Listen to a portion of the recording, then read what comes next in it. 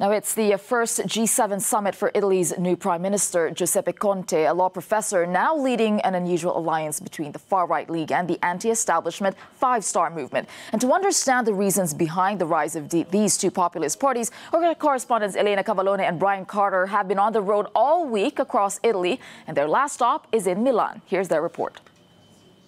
So we're now heading to our final destination in Milan. What are we going to find there?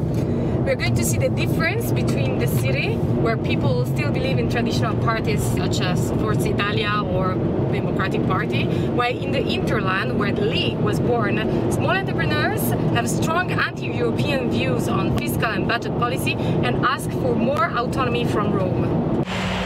As soon as you enter Pontida in the outskirts of Milan, you know this is League territory. This warning says we are the masters of our home, and other signs in support of the far-right party are scattered across town.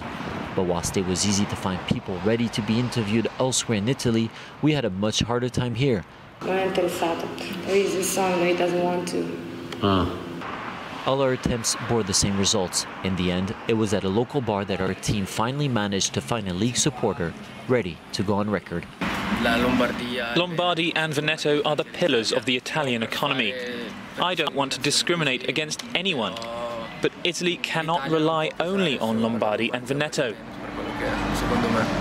From my point of view, those who created Europe didn't want it like it is now, as in the end, we're Germany's slaves, 100%. His comments reflect a wider perception in this land of small and medium-sized companies. A short drive away in Milan, opinions are very different. This is the financial capital of Italy, and the central-left Partito Democratico, or PD, now the main opposition party in parliament, still rules the city. Many people here believe the PD is a better alternative to the current government, support the European Union, and are worried about the direction their country is taking.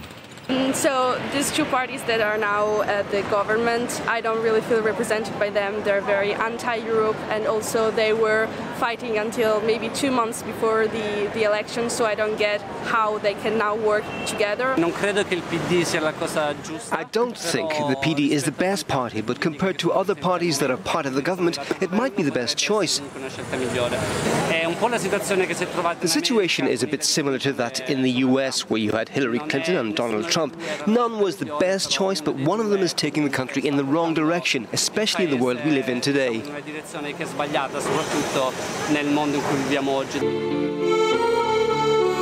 Whatever opinion Italians hold about their government, they're now paying closer attention than ever.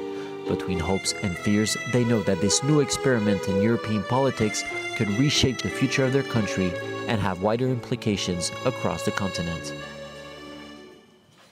Brian and Elena are now joining us live from Milan. Good to see you there, guys. So what were your impressions on this road trip? Was there anything that surprised you the most?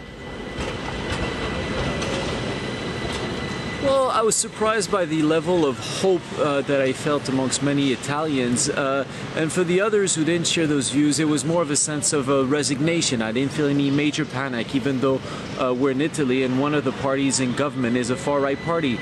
Italy is notoriously hard to govern. You have more than 65 governments since 1946. So the sense here is like, well, let's try something new. There's clearly disappointment with the previous governments and with Brussels seen as working against people's interests. And we also noticed some clear regional differences between the south and the north, which Elena can explain much better than me. Yes, surely in the south and the poorer area of the countries, there is a demand for job, employment and social justice in general, while in the north there is more demand of fiscal relief, I would say. But one thing is clear in this country: the traditional parties, and in particular the left, is not able no longer to respond to demand of its historical electorate, and we saw it in the north and in the south. And in a country where the economic crisis is still hitting, issues that are debated, such as, for example, migration, but also the relationship with the European Union, are probably two scapegoats where all the frustrations of the Italian have been converging in the recent years. So now we'll have to see if this government can first hold together and keep its promises, and in its struggle against Brussels, whether it will bow down to Brussels and become part of the establishment, or if Europe will be reformed in Italy's footsteps. Tessa? All right, thank you, Brian and Elena, for bringing us all those voices from the ground in Italy. Thank you.